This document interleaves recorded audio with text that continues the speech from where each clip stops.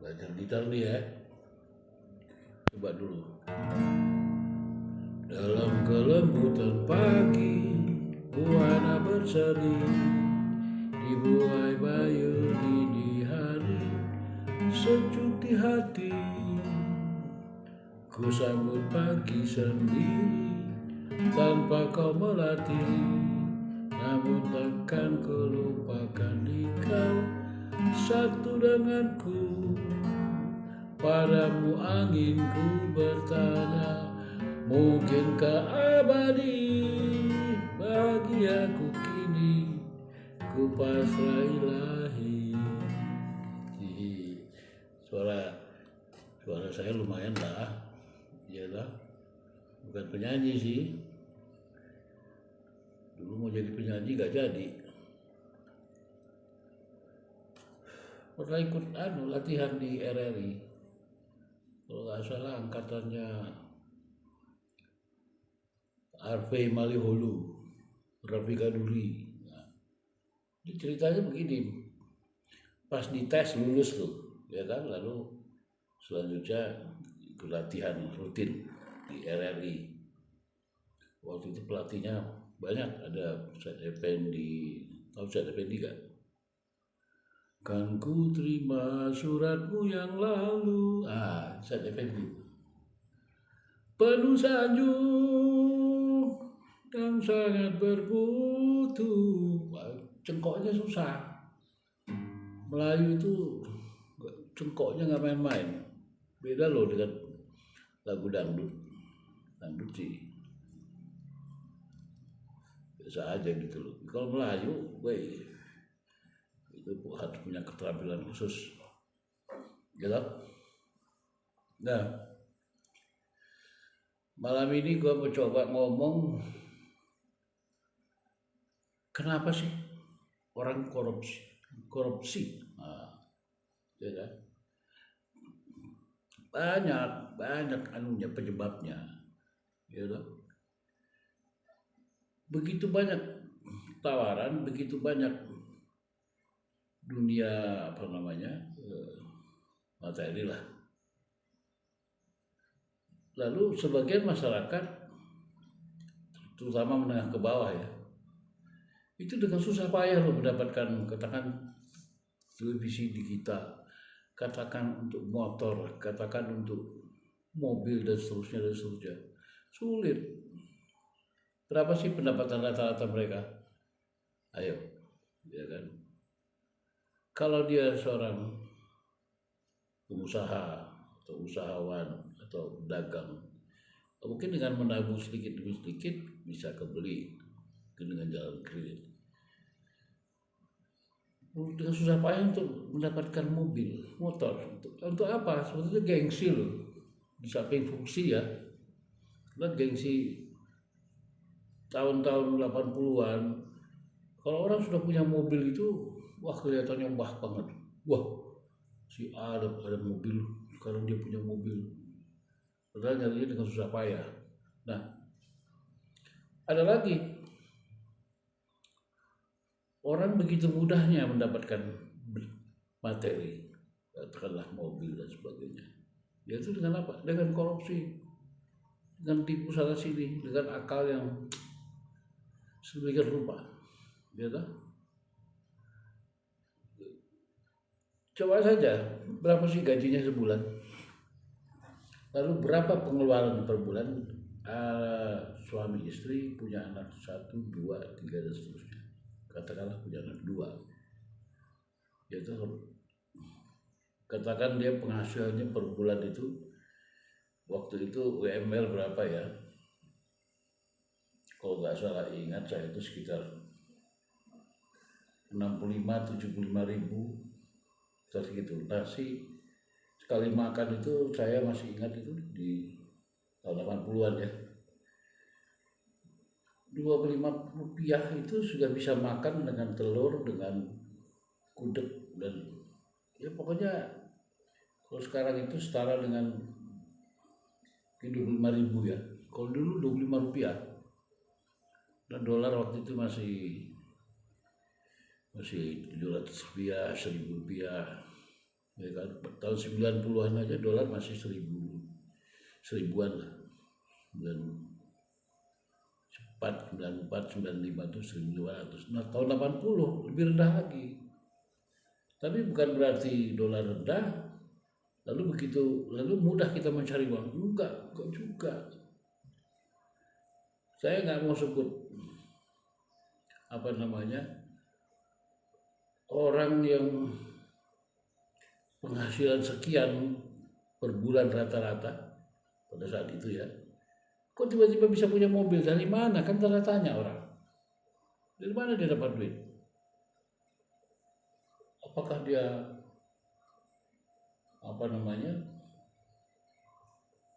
kelihatannya sih bukan penjahat ya, tapi paling tidak bagaimana mendapatkan uang, mendapatkan proyek atau menjual beli proyek atau sebagai perantara sebagai proyek, lalu dapat uang, nah dari situlah dia bisa beli mobil, bisa. Nah, ada lagi kelompok tertentu atau lingkungan tertentu itu gajinya juga per bulan, saya nggak usah sebut angkanya deh, tapi yang jelas mustahil dia dengan gaji sekian per bulan kok bisa punya kendaraan, kok bisa menyekolahkan anaknya ke luar negeri, kok bisa, dan seterusnya. Kan heran tanda tanya kita. Kalau dia seorang pengusaha ya wajar-wajar saja ya. Nah pada zaman itu pengusaha itu, mohon maaf saya bukan rasis ya, orang Tionghoa itu saya kagum, mereka namanya kalau berbisnis itu berani gitu. Artinya proyeknya belum dapat tapi dia sudah mengeluarkan uang banyak, berani gitu, dan belum tentu berhasil, tetap gagal gitu. Tapi gagal itu bukan berarti terus dia berhenti, dia nyari lagi. Nah kadang-kala juga istilahnya itu calo proyek, makelar proyek. Nah ini nih dapat informasi dari departemen dan proyek padahal dokumennya kan fotokopi, itu tuh disebar itu antara para pengusaha ini, ya kan? Memang ada sih yang berhasil, tapi ada juga dikejar. Uang udah banyak keluar si pengusahanya, ya kan, untuk biaya ini dan itu. Kalau proyeknya dapat ya bagus, tapi kalau enggak itu banyak. Dan banyak juga orang-orang yang sebagai calo proyek malah dari segi penampilan segala macam itu sangat keren, bisa aja pakai jam tangan Rolex, padahal kerjanya apa? Makelar, jual beli proyeknya bisa benar bisa juga fiktif. Saya tahu persis nongkrong di hotel besar di Jalan Tamrin, saya nggak usah sebut itu. Wah itu sambil minum kopi, ngobrol dengan teman-teman yang berbicara miliaran, bicara nilai proyek, wah di sini di itu, waduh. Padahal itu belum tentu gitu loh. Karena proyek pada zaman itu sudah dikapling-kapling. Proyek ini itu adalah milik si A, proyek itu milik si B, proyek sana. Nah bocoran proyek ini lalu disebarluaskan, lalu dijadikan ngobjek, jadi duit. Dan bagi pengusaha baru pada saat itu, apalagi orang Tionghoa, itu berani mengeluarkan uang cukup besar untuk mendapatkan informasi yang lebih jelas, lebih pasti. Ya ada juga yang berhasil, tapi dia jadi bukan main kontraktor tapi subkontraktor. Ya berapa sih keuntungannya udah habis. Masih syukur kalau balik modal, kalau tekor tapi nggak kapok-kapok gitu loh. Itu pada tahun segitu ya, tahun 80-an tuh. Saya ngalami lah. Saya suka ikut nimbrung di lobi hotelan mana gitu. Minum kopi, ngobrol sana, ngobrol sini. Waduh, keren. Nah, pada tahun 90-an saya mulai bekerja di sebuah perusahaan. Proyeknya jelas, ada saya belajar banyak di situ. Belajar manajemen, manajemen itu ternyata luas. Ada manajemen produksi, manajemen operasional, manajemen keuangan, dan seterusnya. Saya banyak belajar. Ya toh? Ada seorang kawan baik, dia mengajak saya, "You mau nggak join sama saya?" Dia bilang begitu. Wah, dalam hati saya, join apa ini? Terus dia tanya lagi, "Berapa you minta gaji?" Oh, join maksudnya bekerja sama dia. Nah, saya waktu itu masih agak lugu-lugu gimana gitu, ya maklum lah. Ya kan? Saya sebut jawab, sekian cukup, sekian juga cukup, sekian saya nggak usah sebut angka. Bahkan terakhir saya sebut 50.000 pun cukup. Nah, lalu dia bilang, "Kapan dimulai?" "Besok bisa." Waduh, kawan baik ini, kawan baik. Saya bilang boleh. Besoknya saya berangkat, datang ke kantornya. Sudah ada staf-staf yang lain, lalu saya sebagai sudah kenal juga. Nah, hari-hari pertama, bulan pertama itu lebih banyak ngobrol. Belum menyentuh pada soal materi pekerjaan dulu. Ngobrolnya macam-macam. Dan saya pada saat itu ya, gue bakar tuh aja deh. Berseniman tadinya, ya kan? Ya sekarang masih gitu loh. Terutama di teater gitu ya, film, pernah main film dan sebagainya. Dan pemeran teater kan ya, orang yang menggeluti teater dia harus menguasai multidisiplin, bermacam-macam ilmu pengetahuan. Ya kan? Filsafat, terutama filsafat deh, menarik kan? Nah, saya persingkat saja. Ketika saya ngobrol filsafat dengan kawan saya itu dicambung, seru. Saya paham Kierkegaard, saya paham Socrates, Plato, si umum lah ya. Terus Karl Marx, Leninisme itu ya itu umum lah. Tapi ada filsuf-filsuf yang agak beda, agak tersendiri gitu. Itu nyambung, ya kan? Jadi, nah pada bulan berikutnya ya kita ada proyek pekerjaan membangun sebuah pabrik. Waduh, saya otomatis lalu saya ditugaskan untuk turun ke lapangan, lalu mempelajari lingkungan, situasi masyarakat di sana. Nah, waktu saya terima gaji pertama, tahu nggak? Di slip gaji saya itu tertulis jabatan saya General Affair. Wih, saya masih kurang paham nih, apa nih General Affair? Gitu kan? Tanya-tanya, wah itu urusan umum. Oh, urusan umum. Berarti apa yang saya kerjakan selama ini memang urusan umum ya, bagaimana belum menyentuh hal lain, baru pendekatan kepada masyarakat, ke pejabat, ke lingkungan, pemerintah daerah, kebetulan di daerah Jawa Barat. Hanya memberitahukan bahwa kita akan bangun pabrik di situ. Begitu. Ya Pemda setempat mendukung lah karena menampung tenaga kerja dan sebagainya ya. Nah, singkat kata saya banyak belajar sampai saya paham apa itu manajemen pabrik, bagaimana mengelola pabrik. Gitu.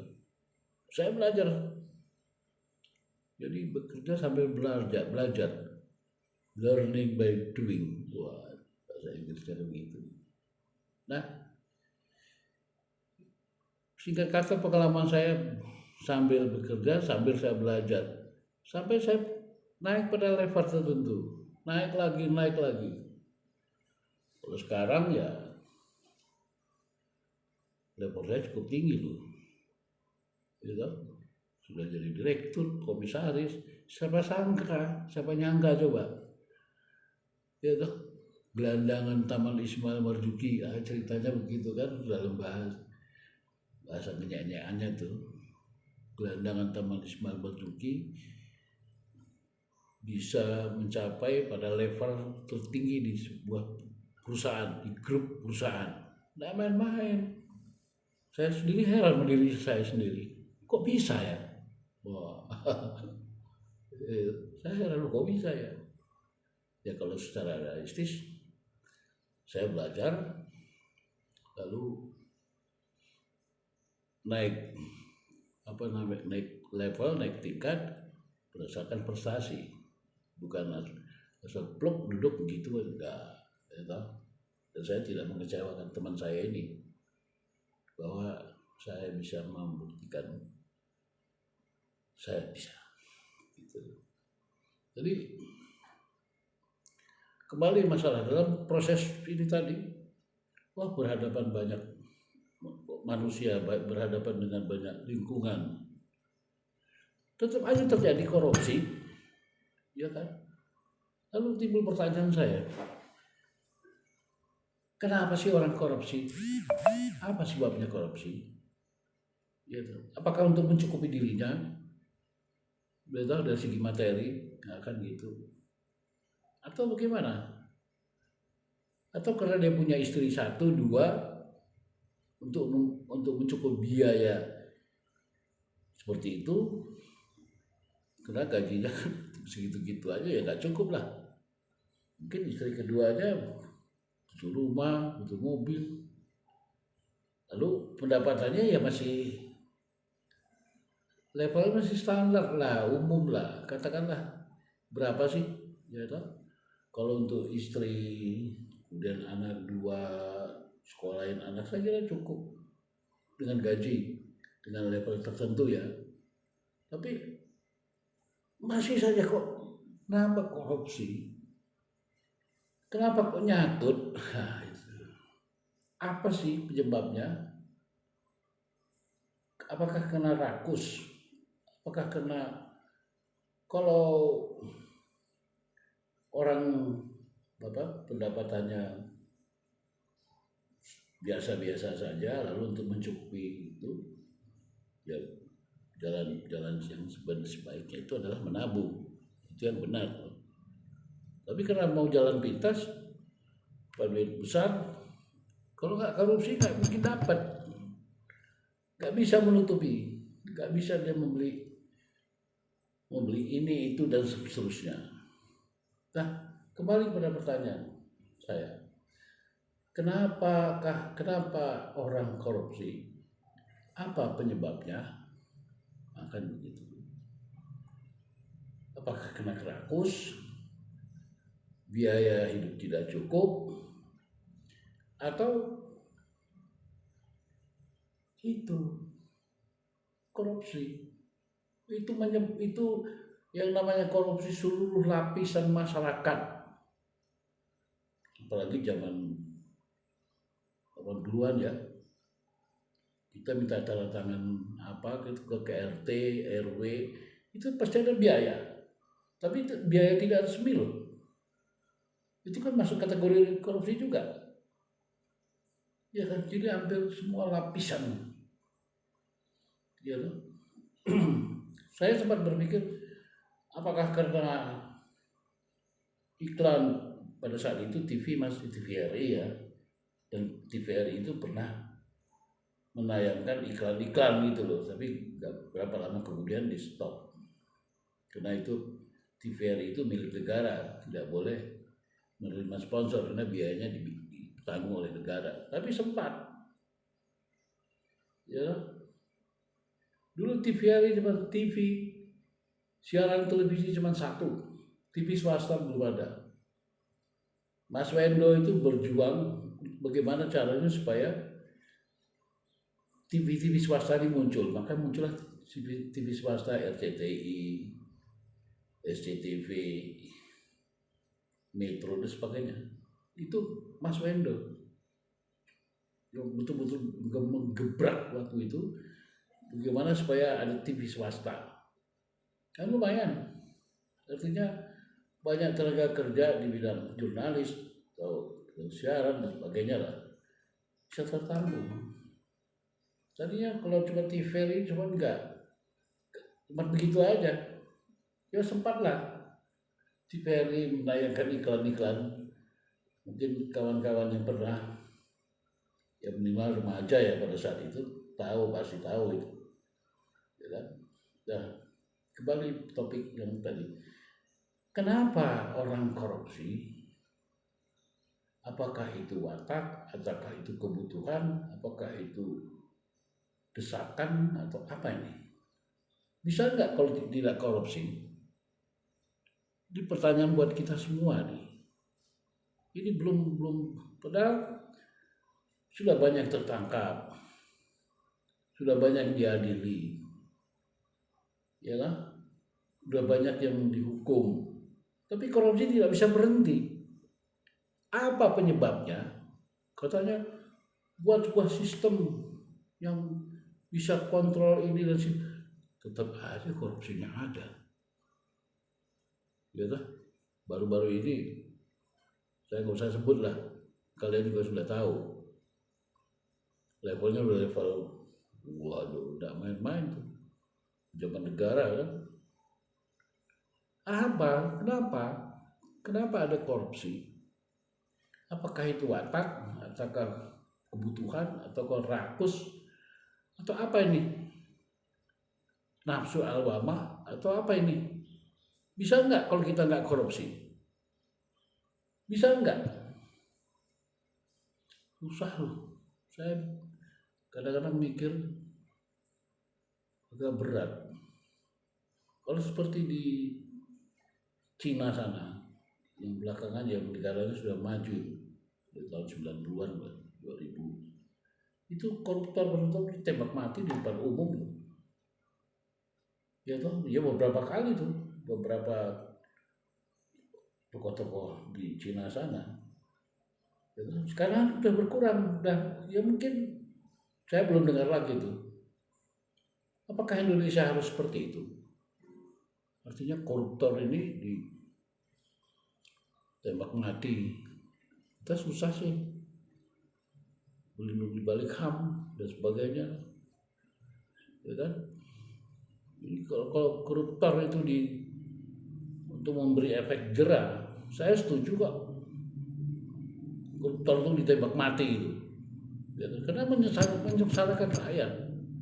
Waduh, gila, padahal uangnya tuh bisa loh untuk membangun bangsa ini, bisa, ya kan?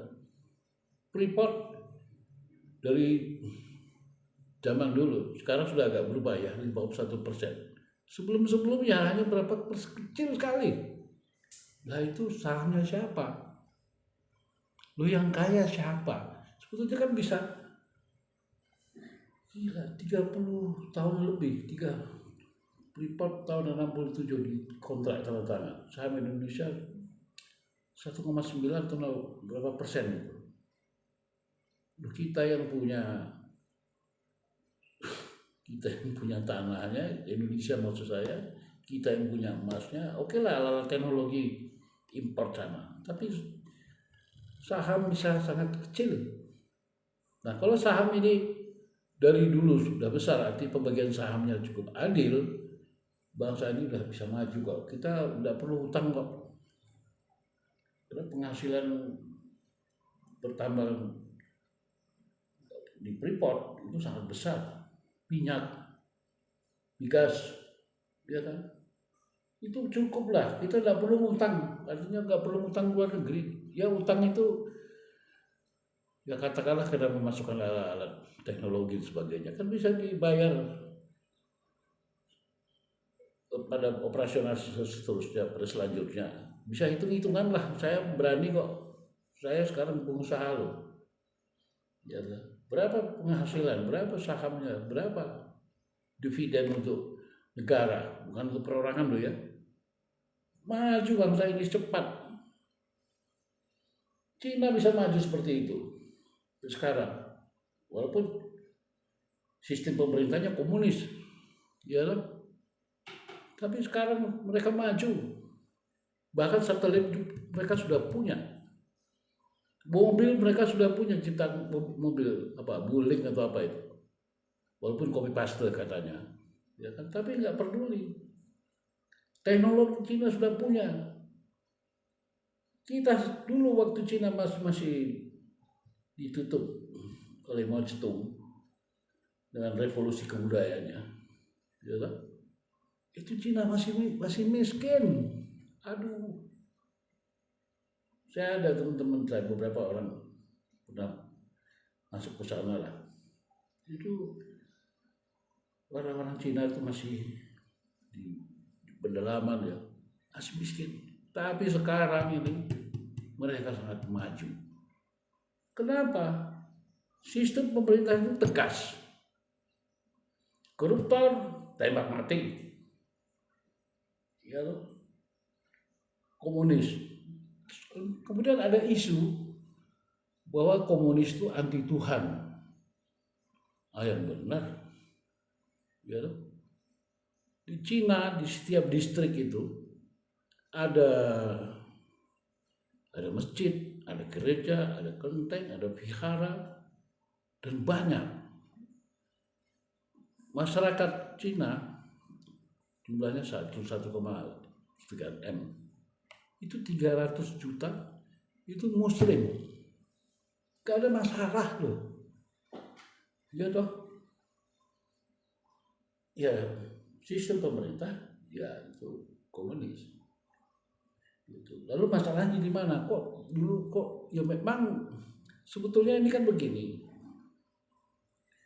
Bahwa ada persaingan dunia barat, Amerika dan sekutunya. Itu mereka anti dengan komunis. Komunis pada saat itu negara mana saja? Cina, Uni Soviet. Ya kan? Dulu besar loh. Yugoslavia dan sebagainya. Sekarang udah pecah. Jadi Rusia. Itu persaingan antara ini aja, ideologi ini.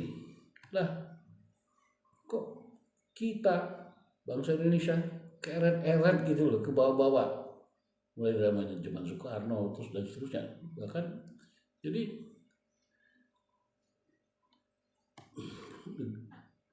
negara Republik Indonesia atau Nusantara ini dari zaman dulu sampai hari ini jadi rebutan. Kenapa? Karena kita ini sangat kaya kan sumber daya alam. Ayo apa yang nggak kita punya, Pak? Dari dulu jadi rebutan. Ya toh, dari mulai merdeka itu sudah jadi rebutan, perang dingin antara ini dan ini. Sebetulnya apa? Memperebutkan konsesi-konsesi kekayaan alam. Baik itu di Indonesia, baik itu di lain dan seterusnya. Itu apa? Ya kekuatan besar ini sebetulnya. Nah kita ke bawah-bawah. Ya toh. Perang dingin itu apa kita nggak ada pengaruhnya? Tahun 60, ya toh. Indonesia itu punya pesawat jet tempur MiG-21 dari Rusia. Ayo, kok punya dari mana? Itu hubungan Soekarno dengan Rusia pada saat itu. Amerika ketir-ketir nih. Wah, kita kapan bisa punya peluang nih? Kita harus punya peluang masuk ke sana karena sumber daya alamnya di Indonesia itu sangat melimpah. Baik minyak, migas, emas, tembaga, timah, dasar. Jadi rebutan. Kita ini goblok. Mau dimanfaatkan, mau diadu domba. Lalu tawaran dari dunia makin modern kan, makin canggih. teknologi kita nggak punya, akhirnya beli. Nah, masyarakat Indonesia semua beli. Kalau ada yang mampu beli ya beli, tapi kalau nggak mampu atau pendapatannya cuma rata-rata sekian gitu, tapi bisa punya itu umpamanya, nah bagaimana? Ayo kalau nggak korupsi nggak mungkin kan, gitu loh. Jadi kembali ke topik utama aja. Kenapa ada korupsi? Nah, itu pertanyaannya. Bisa tidak diberantas? Yang kedua, lalu bagaimana memberantasnya? Apa yang harus dilakukan? Kalau dihimbau ini jangan korupsi ini nggak mempan, ya kan? Nggak mempan. Apalagi dengan agama, dengan ini, dengan itu nggak mempan juga. Maaf kata nih, ya kan, orang yang setiap hari bicara soal agama atau korupsi juga. Ini kan cuma kamuflase saja, gitu. Jadi ya kita nggak apa-apa meniru bahwa koruptor harus hukum mati untuk memberi efek jera. Jadi ya DPR harus setuju itu, harus membuat undang-undang. Ya mau nggak mereka? Pasti banyak yang protes, pasti banyak yang nggak setuju. Oh ini HAM, oh ini, oh itu, kucing lah, gitu ya. Jadi berantas korupsi, himbauan tuh apa namanya, supaya dibujuk atau dihimbau atau dengan undang-undang nggak mempan. Ya sekarang sudah banyak orang tidak suka kepada Jokowi karena merasa terganggu dengan kebijaksanaannya. Ya, Bukrokan ditutup, ini begini, itu ditutup, sana kapal ikan join sama lokal ditenggelamkan waktu Bu Susi jadi menteri. Jadi banyak yang nggak suka, kenapa terganggu dengan kebijakannya Jokowi. Saya nggak kenal Jokowi itu siapa. Saya tahunya pada saat dia mencalonkan jadi capres.